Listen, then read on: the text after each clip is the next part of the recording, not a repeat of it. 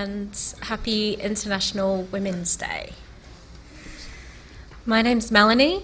I'm the director of Bird's Eye View.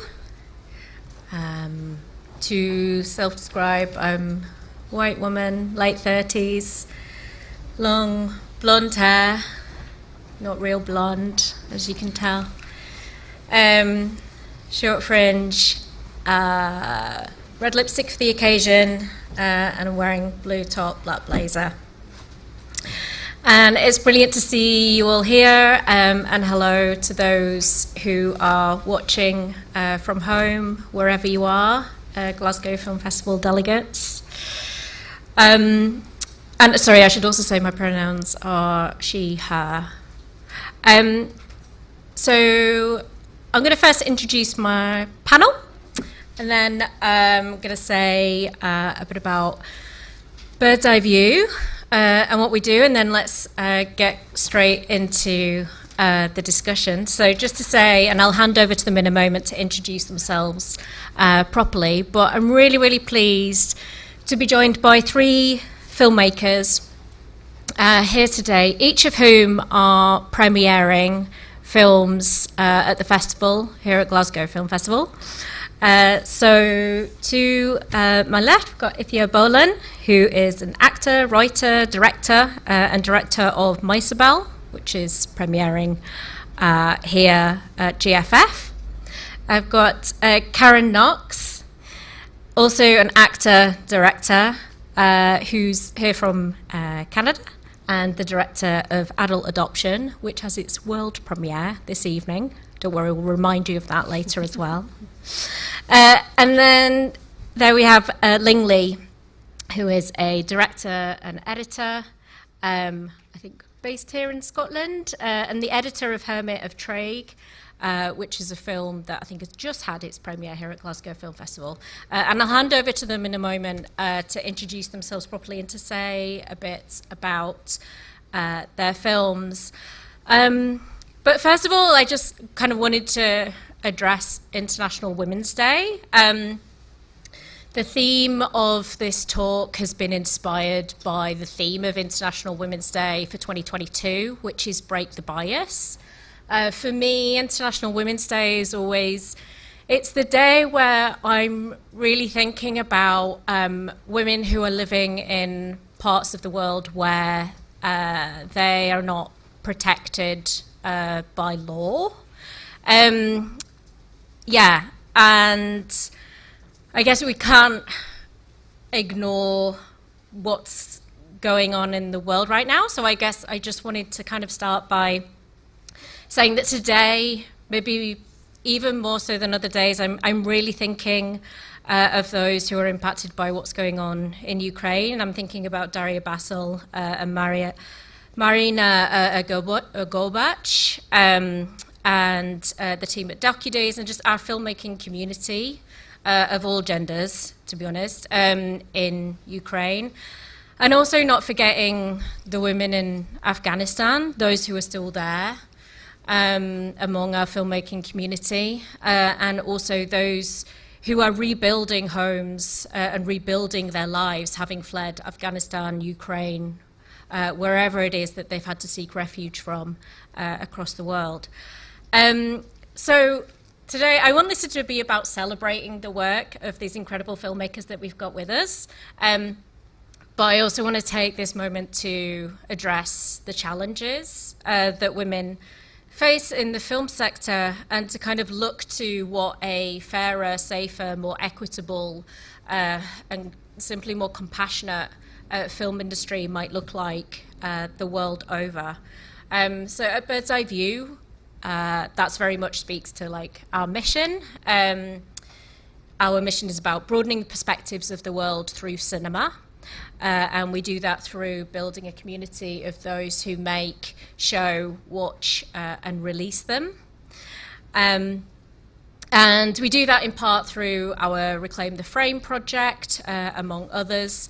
And Reclaim the Frame is about giving additional visibility to films directed by women and non-binary filmmakers in partnership with cinemas across the UK, 19 cinemas in 15 cities across the UK, including at GFT in Glasgow.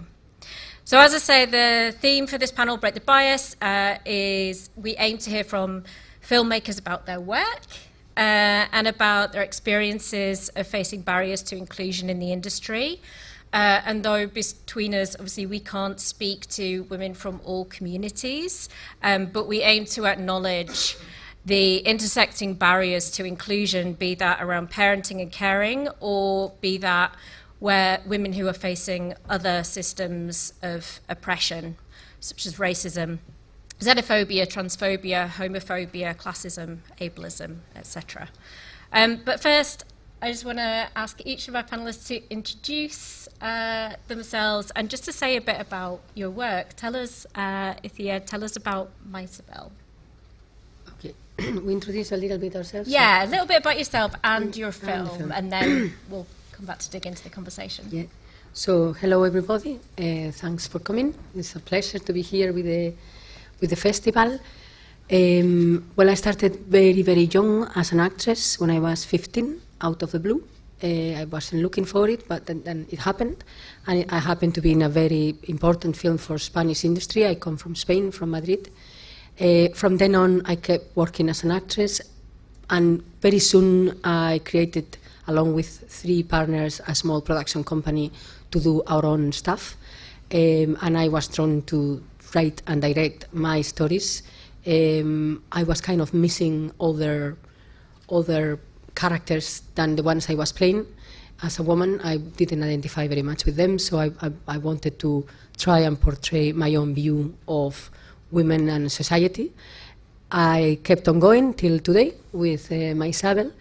Along the way, I joined in with other female collaborators, were directors, which found as me that there were an important lack of female presence in the industry in Spain. I think it's worldwide, but obviously we were in Spain, and we tried and thought how we could create an environment or laws or just an awareness of the need to have more voices into the film industry, because otherwise what we are portraying wouldn't be complete. It would be completely biased. It would be portraying a male world, 30-year-olds, white, with problems which are theirs, but it's not that representing at all never mind the world, but not even the half of the world. So we create this association called Association of Women in Television and Film to try and have much more presence in front of the camera and behind the camera, and also trying to influence the people with the money who make decisions of what has to be done and who tells the stories. So my last film is here in the Glasgow Film Festival. I'm so excited because it's the first time it's going to be seen abroad from Spain, and it's about this amazing woman called Maisabel, who is based on a real story and a real woman whose husband was killed by ETA, the terrorist Basque country band, and since then she was at the head of the Office of the Victims of Terrorism. And after 10 years of the killing, she got a letter from 2 of the men who killed the husband that wanted to meet her and wanted to. It was part of. They created this like a scheme of restorative justice, so they could meet. And she did actually meet with 2 of the men who obviously had done a long journey into regretting what they did, or regretting the way they did it, the way they were pushing their ideals, and they have stepped away from the band, and they wanted to see her and to tell her that they thought what they did was horrendous, and she did meet them. So that's what the story tells: the trip of those 2 men into coming to the conclusion which that wasn't the right thing to do, and her own trip to confront those 2 people who have been the ones who made more harm than ever. I mean, they really destroyed her life. So that's her story. It's very inspiring. It's an incredibly generous and brave woman, and it's about talking, and it's about dialogue, and it's about compassion, and it's about the possibility of listening to someone who cannot be more apart from you than these 2 people. So it will be later on at 5:45 in the GFT, and I'm really excited to see what the audience in Glasgow has to say about it. And I'm very happy to join in this panel with these women to share our experiences and our views on cinema. Thank you, Ithia. And I've been lucky enough to see Meissenville, and it's incredible and well worth checking out the premiere at 5:45 at GFT. Another film that's premiering this evening, world premiere of Adult Adoption. Knox, tell us a bit about your work, what led to your first, your debut film. Hello. Hello, Glasgow.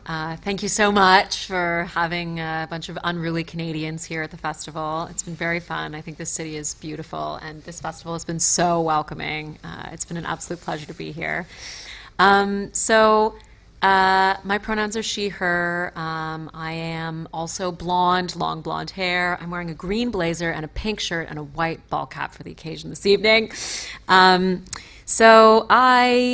I sort of came from a filmmaking background where I didn't go to film school. I actually started as an actor and became disenchanted with the world of acting very quickly. I think because I was studying classical theater, and I almost got kicked out of a drama school in London called Lambda for fighting with my professor about representation of women in Shakespeare. And I told him that I said a very profane thing that I won't repeat now, but I was almost kicked out of the program, and thereafter sort of decided that I kind of wanted to make my own work, because the work that I was being asked to do, I found, while band-aidy in its attempts to have some kind of inclusion of a female perspective, were very narrow. So when I went back to Toronto, I started making very small films with no money because I had no access to any funding of any kind as a person who had never gone to film school and wanted to make films now. So the first series that I did alongside a woman named Gwendolyn Cummin was a queer short-form series called Barbell that we kind of, we didn't know what we were doing, but we sort of begged, borrowed, and stealed from everyone who would let us. And I often call that year of making that series my sort of school of life experience, where I kind of went to film school and cried every day because I didn't know what I was doing, but eventually had a series. And since then, we established a film company called Boss & Co. That focuses predominantly on representing and telling stories from marginalized people, with a specific lens on the female story and the LGBTQ lens. So that's sort of what I do back in Toronto. And then the film that is premiering tonight, having its world premiere, Adult Adoption, is written by a woman named Ellie Moon, who also plays the titular role of Rosie in the film. And the film is about a young woman who grew up in foster care, who then goes online to find love with a parent. So the sort of kind of framework of a classic romantic comedy wherein someone is looking for love, but this is of the parental variety and not of the romantic variety.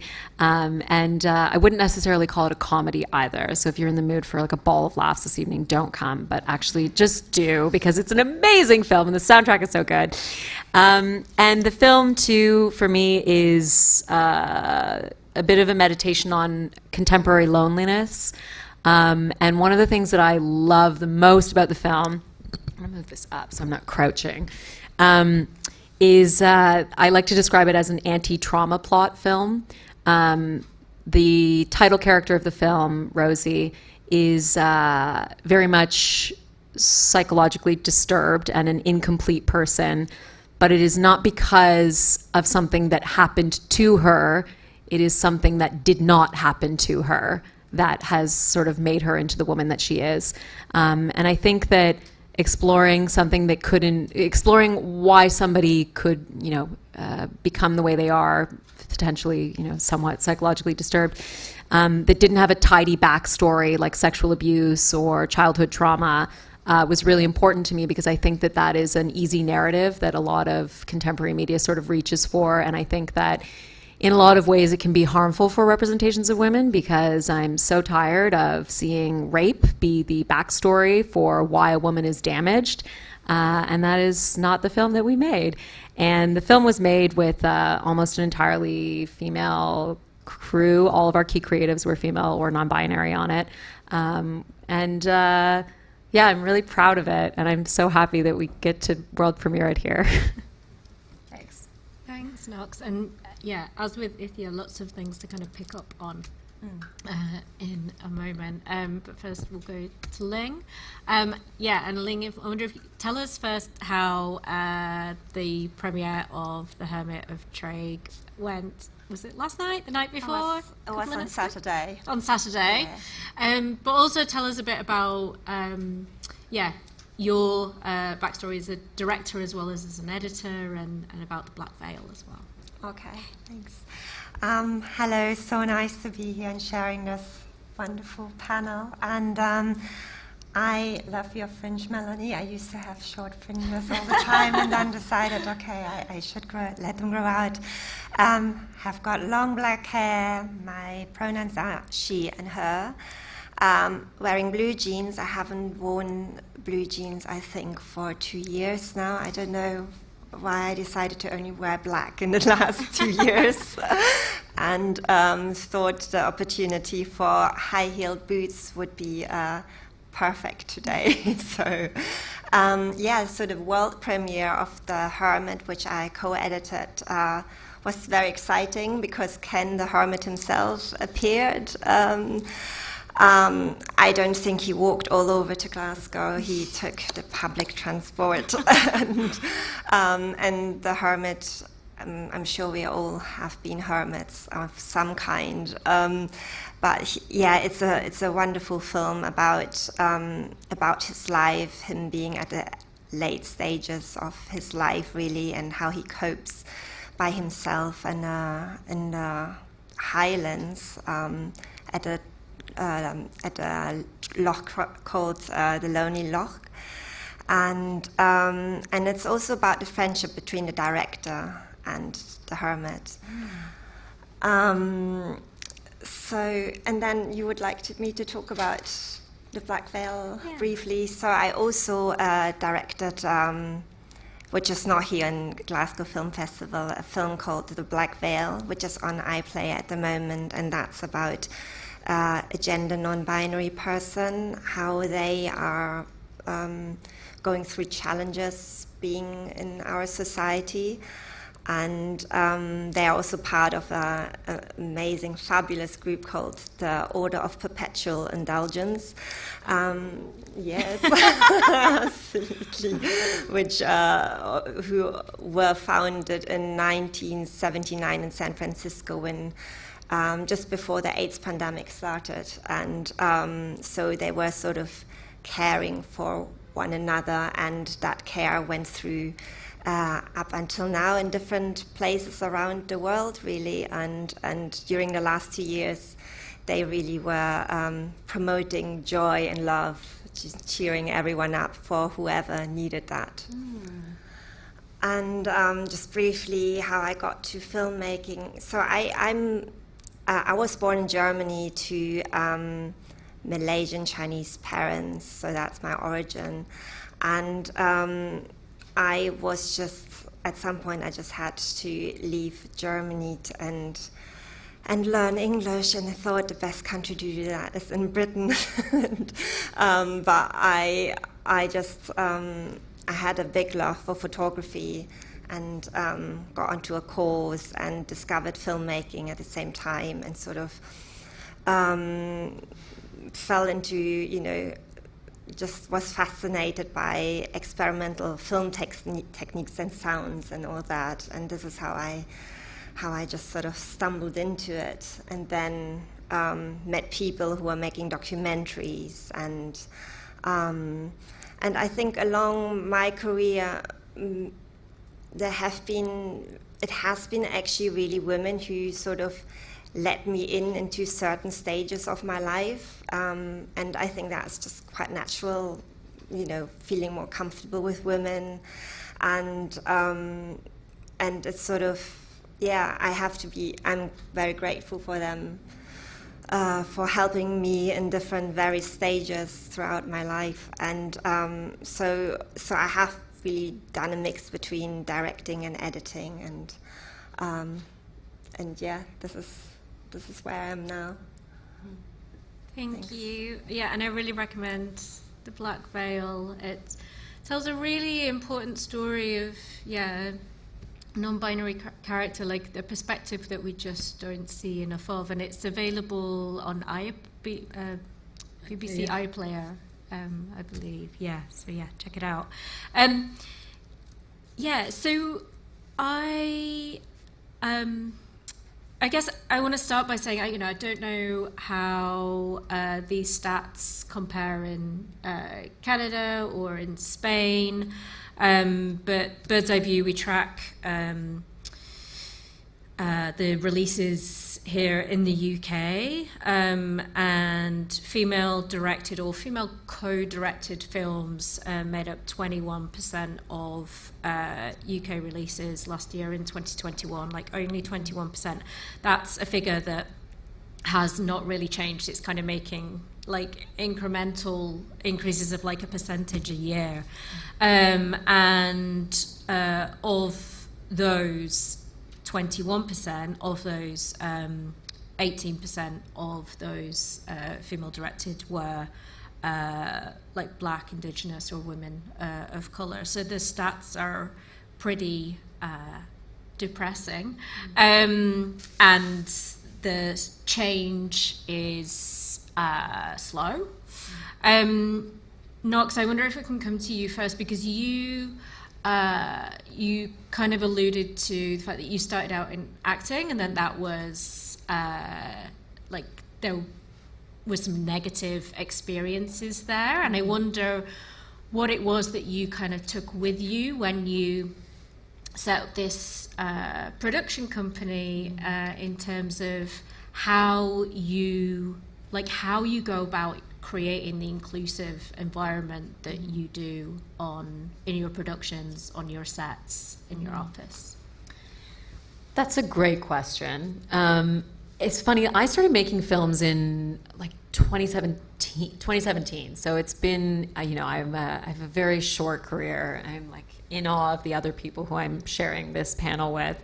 And I think, I started making films at a time when, championing female filmmakers' work was becoming very vogue. It was becoming a very cool thing to do, and like everybody in LA wanted to talk to young female directors, and all the commercial houses wanted to have meetings with young women who were coming up in the business, and all of these sort of initiatives were being started even by the government financing for films and television in Canada. So it was an interesting time for me starting films. I felt quite welcomed by the film community when I started, because I kind of got into it right when I feel like things were sort of starting to tip over in an interesting way. And I felt like almost when I started doing film, I was like, oh my God, this is the medium that I really want to be in, because it feels like there is so much more inclusion in this than there is in something that has this sort of, archaic, literary, very patriarchal kind of lineage like theater does. So when we founded our theater company, our film company, it was really important to us to just set internal standards, blank slate. We just decided that we want to work with an all-female non-binary crew. That was just what we wanted to do. So on the first series that we made, we just did that. And I mean, I think one of the difficult aspects of independent filmmaking and low-budget filmmaking, which is the only medium that I know anything about, it can be difficult sometimes because you sometimes have to work with people that you don't know. So when we set standards for ourselves saying that it has to be 50% BIPOC, it has to be 100% female, and we want to get as many queer people on this set as we can, there's not, because there has been such a sort of like, lack of those people, coming through film schools and sort of being championed and being elevated into the scene and working in the scene. Oftentimes you have to just like find people. So there are a couple of great resources in Toronto. We have something called the Femme Film List, which is just like an online forum where you can go and anybody can register for it, and you can just sort of like say what you do, and people use it all of the time. We also have a similar one for people of color, and we use that all the time when we're crewing up for stuff. We sort of, we make sure that, we're sort of adhering to our own internal goals. But it means extra time. It means like interviewing other people and finding the right fit and taking a risk, I think, or not necessarily taking a risk, but going the extra mile to make sure that you are adhering to like the own internal goals that your company is setting. So I think does that sort of answer the question that you were talking about? I feel like I'm kind of like spiraling the drain around what I really want to say, but I'm like lost the thread now. No, I think it really gets us going. Yeah? Okay, yeah, great. yeah. Fabulous. I think it does. And it also, there's a couple of things that I'm going to pick up on. But one, just because I am really keen that we're kind of pointing to resources that are useful, and just to say, when you talked about those kind of directories, in the UK, I am not sure if I know of a directory that's about women filmmakers specifically, but please, somebody jump in if you know one. But there has been something that's quite recently started. I think it's called, in terms of filmmakers who are looking to crew up or find actors who are black. I think it's called the British Blacklist. I think that's fairly new. And so I think it's still getting going in terms of being a kind of, as a directory, but it's worth a look. And I know that there's also a directory that's about to get launched for those who are looking to find talent, crew, actors, and so on who are trans. And I don't think that's launched yet, but if you follow Bird's Eye View, we're definitely going to publicise that when it does. But I'm interested in this point on budget, because even though I'm saying 21% of films released in the UK are directed or co-directed by women, that's in terms of, if you dig deeper into the figures around the budgets for those films, how wide those releases are, how much kind of marketing power they've got behind them, and so on. Obviously the kind of picture gets even worse. And Ithia, in terms of Maisabel is, I don't know the budget of it. It's not like, there's a decent production budget behind that. There are these, you're working with Almodovar's composer and so on. You've got known actors. I wonder if you could speak to that and a bit more about your work in the women, as a founder member of the Women in Film and Television Association that you mentioned in Spain, in terms of working towards kind of representation, behind the camera, but also in terms of kind of striving for those bigger budgets, those, bigger productions, those kind of bigger deals. Yeah, I haven't described myself. I completely Yes, go on. So I'm with a black dress with dots, red and white. I have fake red hair, and I go for hair and C. Well, it's very interesting, to hear you as you have established your company, because when I established my company, I have to say, like 30 years ago, all those questions weren't even in the agenda at all. There wasn't even a mention of inclusiveness or any kind. We were just trying to do our shorts, because nobody else would go for a short because they were non-commercial. I had my intuition that I wanted to be there and tell stories, because there was a lack of other voices, and it was very female. And I had suffered this very male world as an actress. So I wanted to tell stories, but all this wasn't in the agenda at all. But along the years, it has come into the agenda. And these figures for Britain are worse in Spain. I think we are 7% of the directors, female directors, is 15% writers, and about 20% producers. It's funny because many newcomers, female directors, are making so much noise. They are pretty good. I mean, the one of them is in her second film. She's just won the Golden Bear in Berlin, which is an amazing. I mean, it's the first female ever in Spain to win or the first director. I mean, it's a very small budget film about a very small village telling something really like non-mainstream at all. No? So and then there is another one who was competing for the Goyas this year with a film that was in Cannes, in the Cannes film section. So it's like we are very little, but we make lots of noise, which I'm very proud to say. But along those years, what has happened, partly because of the awareness in the rest of the world with the Me Too and everything, and also part of the lobbying of this association, we have managed. There is a funding system in Spain. Like here is the lottery, there is the Ministry of Culture. That there is a fund which you apply to, and there is a point system in which you present your project. They always go. The bigger projects, the bigger budgets get the bigger points. But we have managed to scrape some points if you present a film with a female crew, female production, female writing. And behind the camera. So thanks to that, we are seeing lately that camera women come in, sound women come in, composers, which is very hard for them also to break through. And it's because there is this special points given to these projects. Still, we are 7%.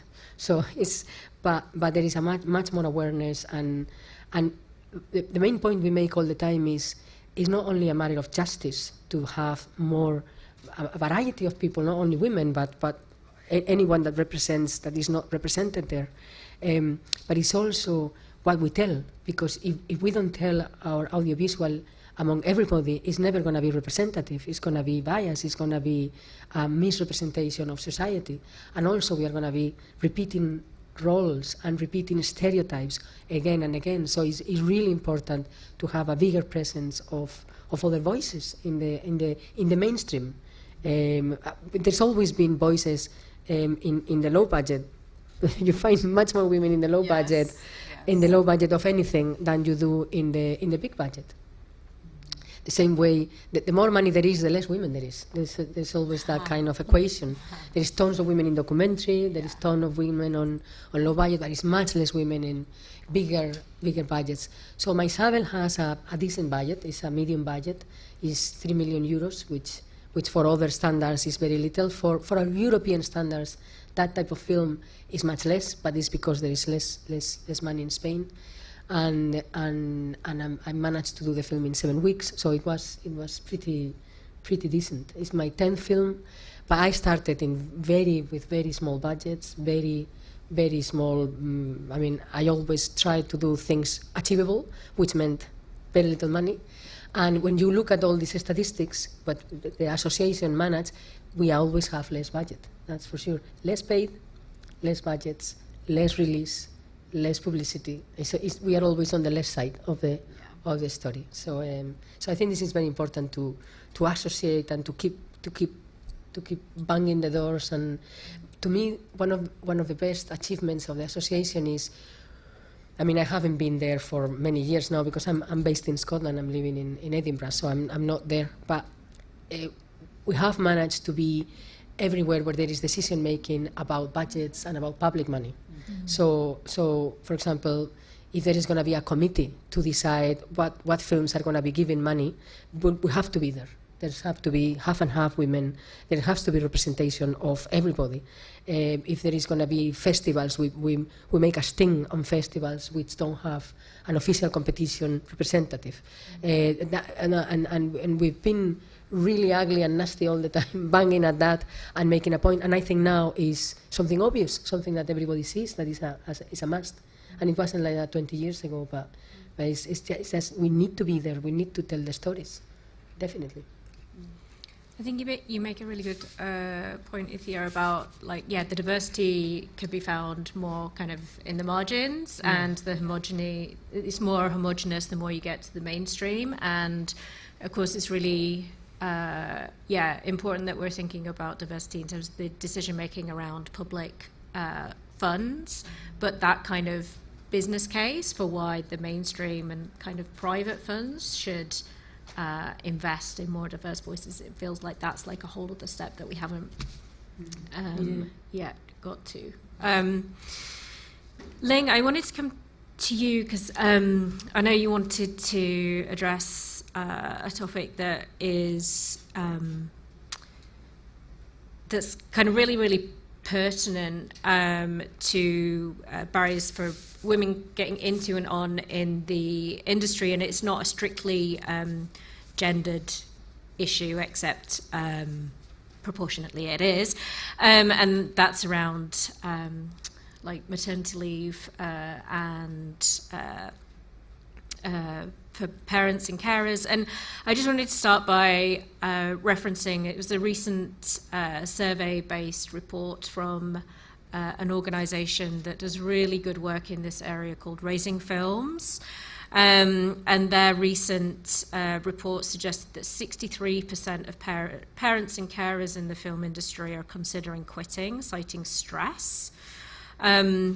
And the number one recommendation from that report for parents and carers in the industry is quite simply around flexible working, which doesn't seem such a huge ask.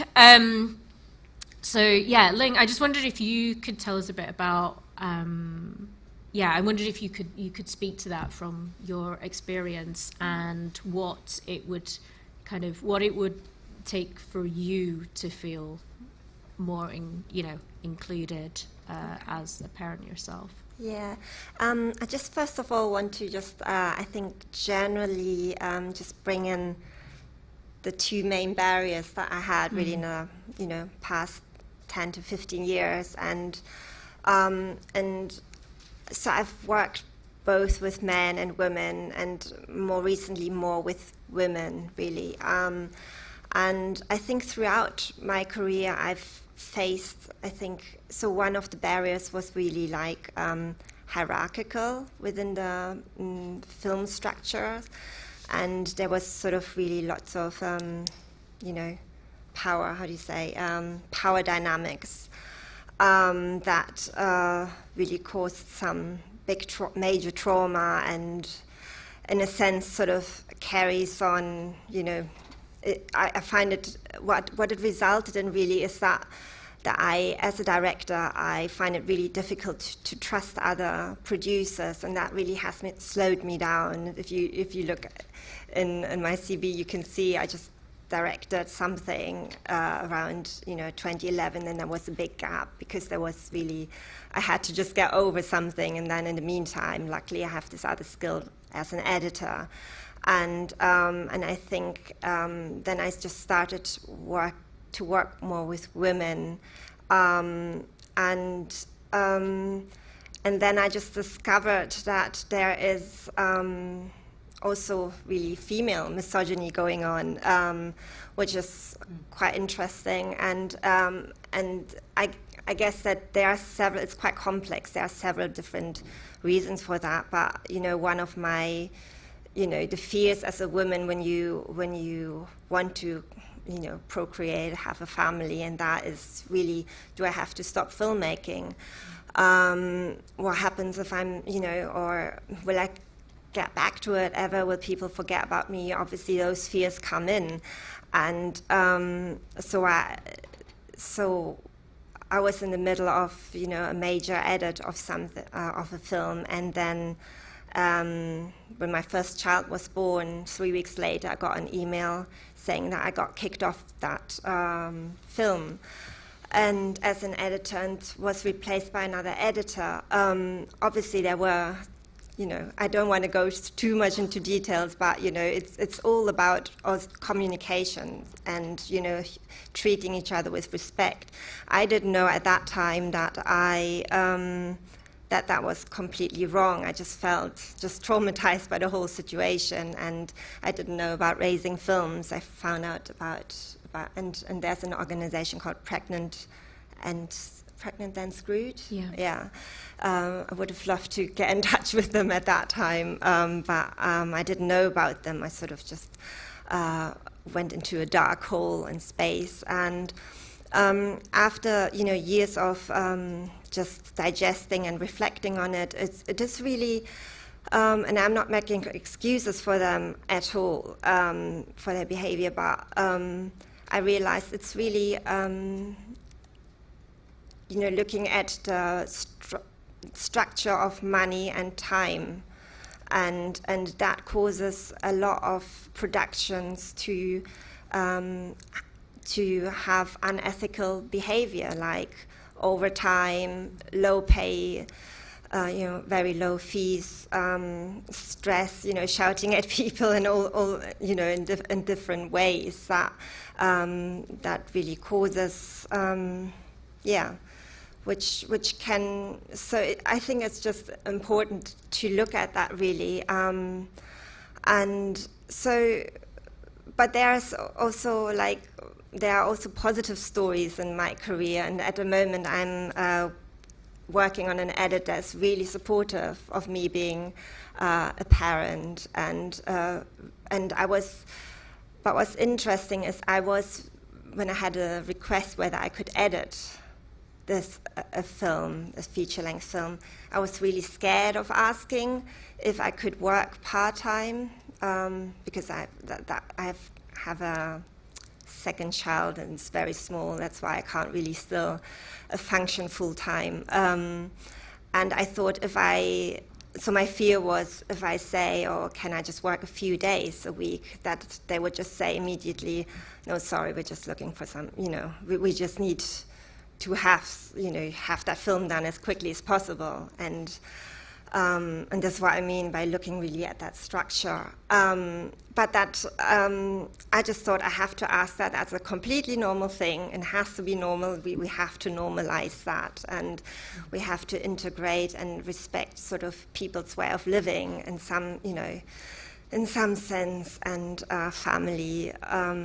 So I just asked, and they just got back and said, that's fine. And I was just so happy and so grateful to hear that. And so there are positive examples, absolutely.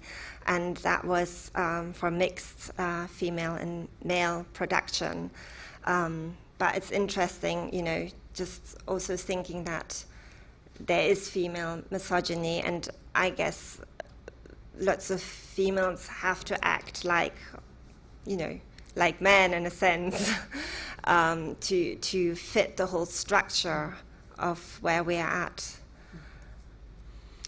Yeah, so I guess, Ling, and I'm, first of all, I'm really sorry that was your experience with the production that you got laid off from, and although I know you found them too late, I think, thanks for signposting to Pregnant Then Screwed and Raising Films, because I think they're both organisations doing really good work that's worth knowing about. So I guess in terms of what you've said that you need in order to be able to work on the production that you're working on at the moment, it speaks to the point in the How We Work Now report around you need flexibility, and that can be in terms of time or location, or working part-time or whatever.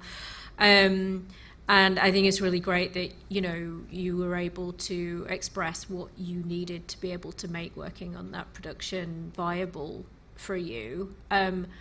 I also feel like if we could work to as strive to be a sector that is asking people what they need, then it means that you feel we all feel kind of even more free to be able to say what we need in terms of flexibility or whatever it is that we need if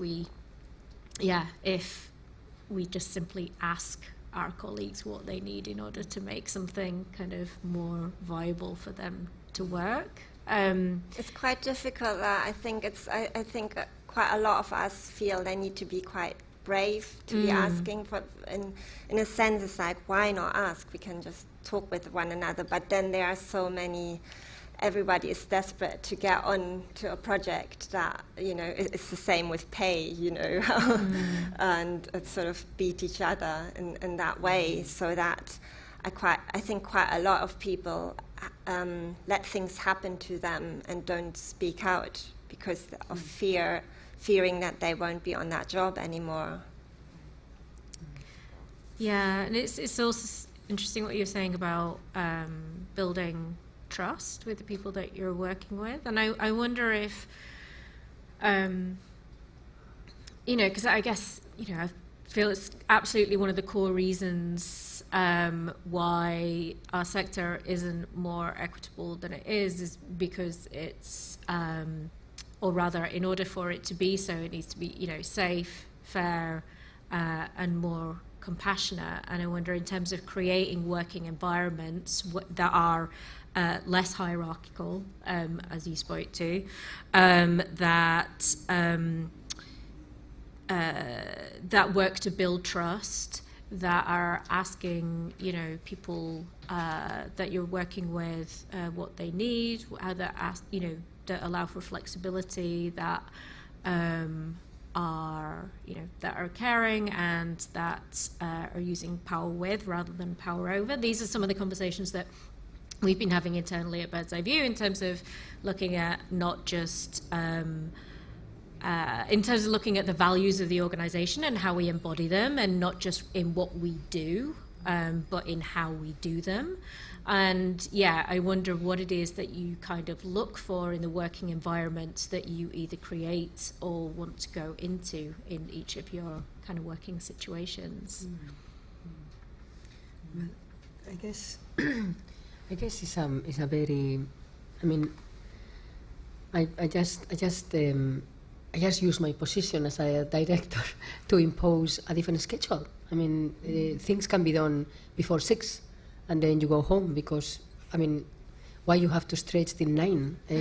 When not in the shoot. The shoot is just tick, tick, tick. I mean, you have to really do your shift. But prep can sometimes stretch for over 2 months, or depending on the project. And then you can see the male members of the crew just stretching the hours. They don't mind, they don't care, but I do care. I have three boys at home, so guys, anything has to be done before 6, and I'm going. And if you need me, reach me in the morning. And it's funny because you can't do it. There is nothing. I mean, everybody just gets more focused instead of stretching and stretching. So this is, I mean, to me at least, I use the power to be a director to mark as much as I can the schedule. Sometimes you just can't. Sometimes you have to go and see locations at any time, over the weekend, doing extra hours. But I do think that the women who are in positions that you can set up a little bit the schedules, we have a moral obligation to try and do it. Because otherwise we can't have children. I mean, that is the truth. Most of my colleagues don't have children. They simply are my age, 50-odds, and they don't have children because there is no place, there is no room for it. So I think when you produce, when you direct, when you have some power in your hands, as much as you can, try to make it rational times and respect that there is life beyond the business. No? More if you are in your own company, or you are in a company that you can. I haven't worked for my company for many years because we just close it. But try to do that. Try to not be available all the day and over weekends, and because even if it's not for you, it will be for someone else that will need that space. I mean, it's a small thing to do, but just be aware. I think it's a responsibility. As to create a proper environment for everybody to be able to work. Yeah. Is there anything that either of you would add to that? I think when I enter production, I think now I look at what the film is about and everything. But I think more important what for me is now that I get on with the people and I can trust them. and that and I make clear that I really want an open communication. Whatever works, whatever they like about me or not, I just want, you know, transparency and no sort of games. And that's, I think, the only way of having a healthy, functioning production. And I totally agree with sort of working times that, you know, let's keep it at a sort of manageable, you know, before 6 o'clock, please. And yeah, flexible days, sometimes, especially if you have children, you know, when they're ill or things like that, that it shouldn't be a problem, and I shouldn't have to feel guilty. Really, just flexibility around that is really helpful. And I think also for people, especially women who don't have children, I think there are things women have to go through, and you know, just moods or I don't know, whatever it is that you're not feeling up for, just hardcore working the whole day. Sometimes I know you need to push yourself, but I think if there's a little bit of leeway, I think that would be, in an ideal world, that would be great to work towards that it's okay if you feel like, okay, that's 2 o'clock, it's the best I can do. I think just sitting here for the next 4 hours, it won't do anyone good. I'm just going, can I go home, please? Yeah. Thank you. Has anybody got any questions, observations? Hi. Oh, we've got a roving mic. Sorry, somebody at the front here. Oh, here? Sorry. Sorry. Laptop. Hello, nice to meet you. My name is Shirley Yixiang Li, and I'm a student of film creation in University of Edinburgh. And I just watched Hive yesterday. Oh. No, not yesterday. The day before yesterday, I cried a lot, and I really wish to know, like, how to say, the space for the Chinese language female films, because I constantly seeking for a chance to promote, exhibit, and distribute this kind of films in a broader, how to say, perspective. And I noticed that in the Glasgow Film Fest, we have a lot of talented female filmmakers from the UK, from the Western world. And I really wish to know, like, where is the space and the chance for, you know, the Chinese language filmmakers, especially females, to have the chance to display their films in, you know, this kind of film festival, and also other scenarios, other public space. And I wish, like, if one of you can share your experience or perspective regarding to this question. Yeah, thank you. Regarding the work of Chinese female filmmakers in the UK? Like the non-dominant filmmakers from, you know, the other countries, especially Asia. Yeah, so that's my question. Yeah, thank you. Thank you, and yeah, and it's really nice to hear that you enjoyed Hive. It's a film by Blurta Basholi. It's a film that we're supporting through Reclaim the Frame. It's a Kosovan film that, yes, part of this kind of Kosovan new wave of female filmmakers that's really exciting. Yeah, I mean, in terms of your question around Chinese women filmmakers or women, like, led films in the UK, you're so right. We see so few. I think there's a film that's up for, did it get shortlisted for the Oscars? It's called Ascension, and it's a Chinese American filmmaker, I believe, but I completely agree that we see so few of them. I mean, I feel like there's, I mean, we were just talking earlier, weren't we, Ithia, about the kind of risk aversion to subtitled works, you know, kind of foreign language works, full stop, in the UK, that I feel is absolutely a barrier that we need to overcome in terms of being able to watch work with more, like, global representation outside of, you know, US, Canada, English-speaking countries. But I don't know if there's anything else that any of you want to add to that in relation to the question.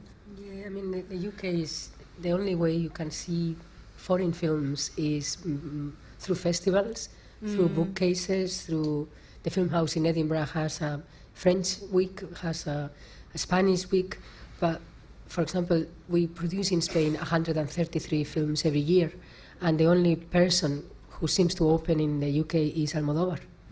There is no other directors, so it's amazing. So I can't imagine. I love to see Chinese films, but you have to really go for the showcases and things like that.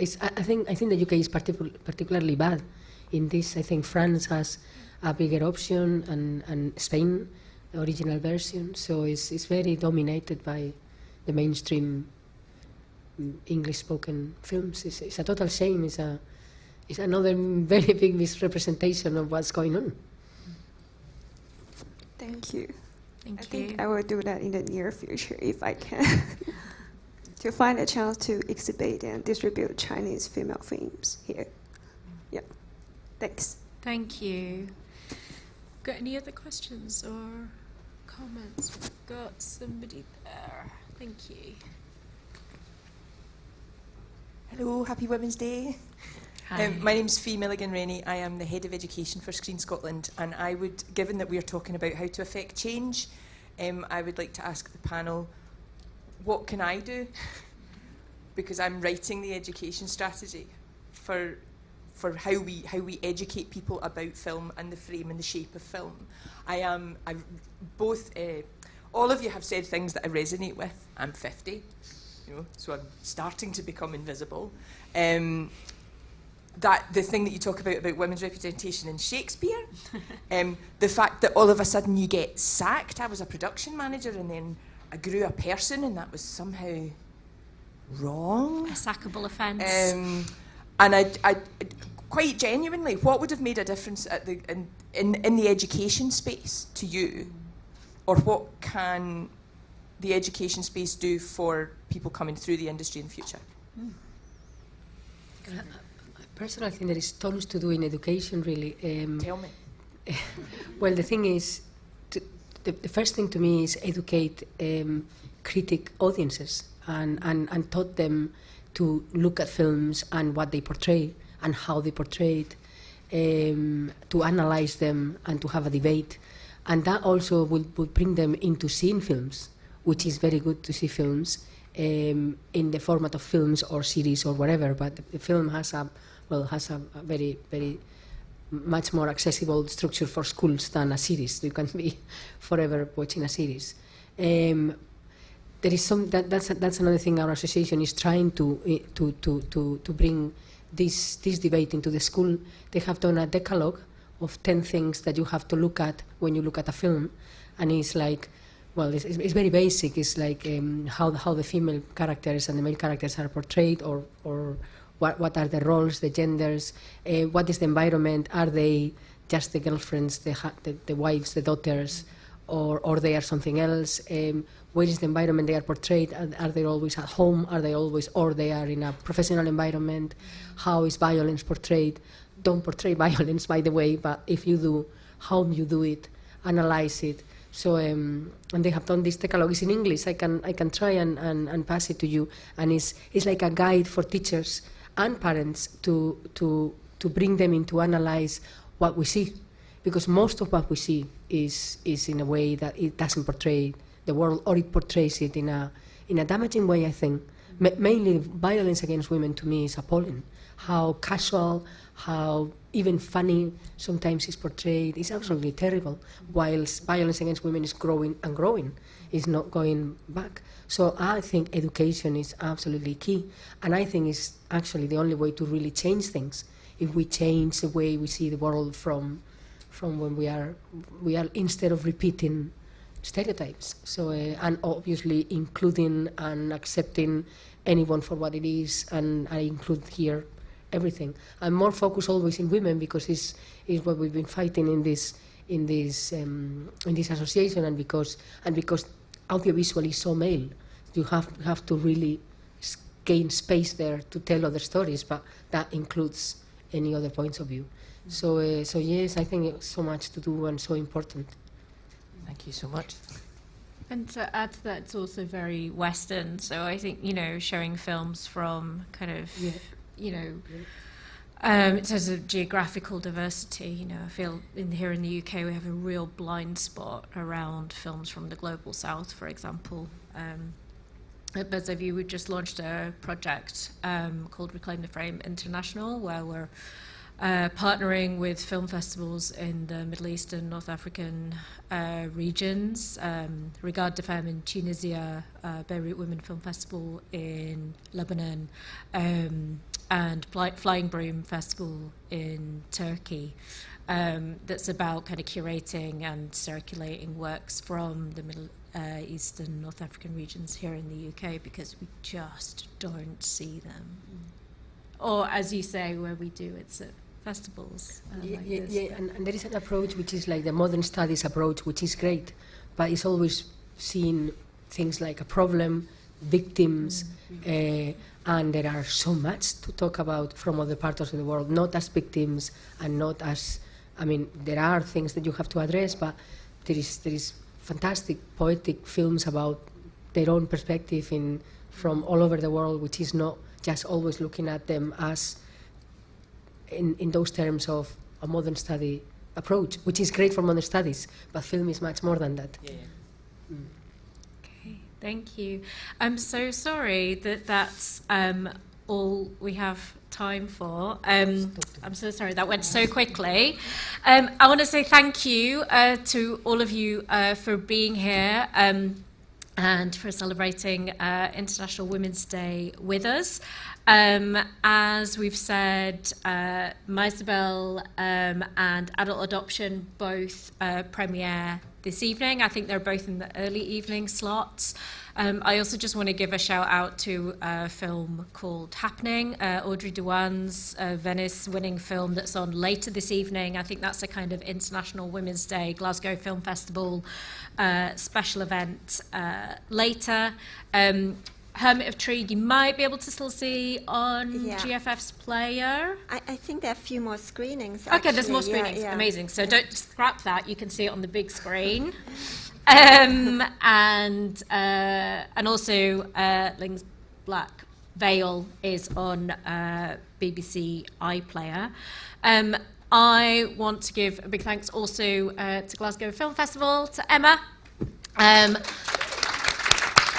I also want to thank our captioner. I'm sorry, I don't know the captions, but somebody's been following everything that we're saying, which is brilliant. And the last thing that I want to ask of everyone, is the Break the Bias campaign, the International Women's Day campaign for 2022, calls for people across the globe, the world over, to cross your arms in solidarity to call out gender bias, discrimination and stereotyping. So I wonder if you could indulge us in crossing your arms for Break the Bias. Thanks, everyone. Thank you to the panel. Thank you, Ling. Thank you, Knox. And thank you, Ithia.